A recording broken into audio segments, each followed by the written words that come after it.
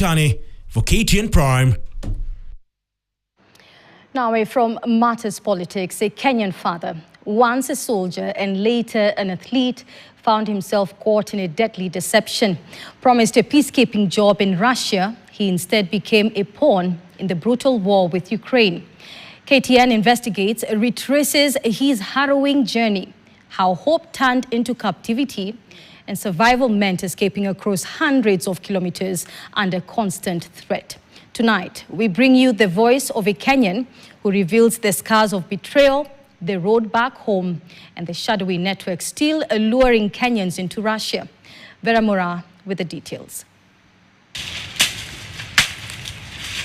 From soldier to athlete, then to a trap in Russia, KTN tracked down a Russia returnee to unfold his journey into and out of the Russia-Ukraine war.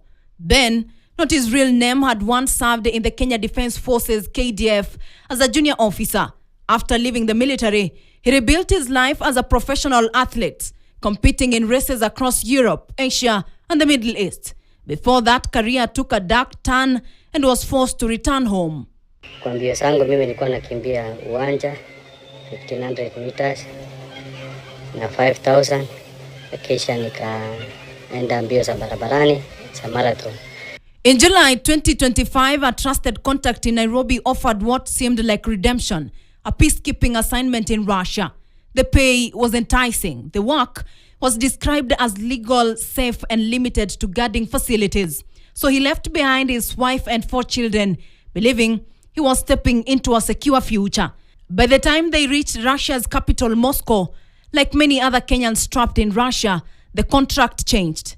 Handlers had seized control. Phones and ATM cards were confiscated. Although 2.1 million Kenyan shillings had been deposited into their accounts to entice them, the money vanished almost immediately.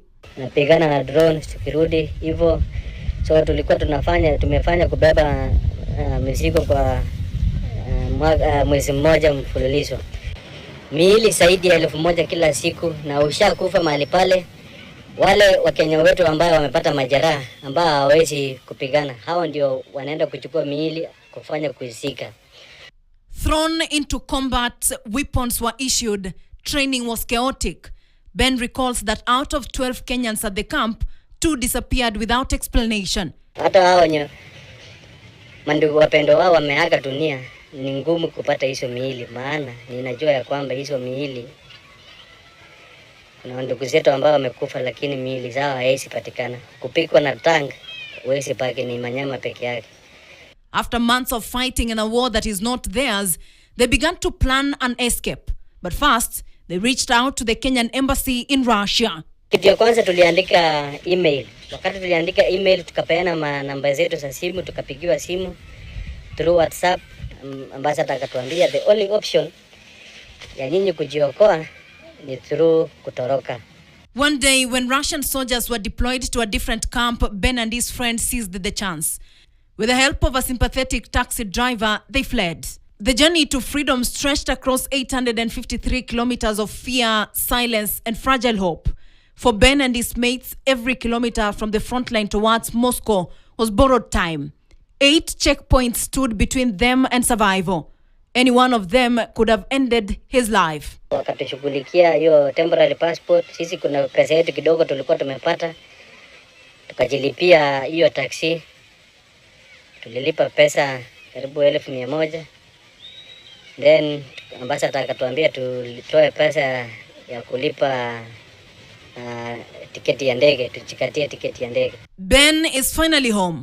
Yet beyond the physical scars, he carries deep psychological wounds. Niko nyumbani hapa ni hiyo psychological torture tu. Hizo ndoto za watu ambao wakufa, ndoto ambazo hizo za drone unafukuzwa. Unaona vile unaepa usiku, mabomu hizo, ndio hiyo trauma tu ndio ninapitia changamoto, lakini he wants that more Kenyans are still being lured into Russia.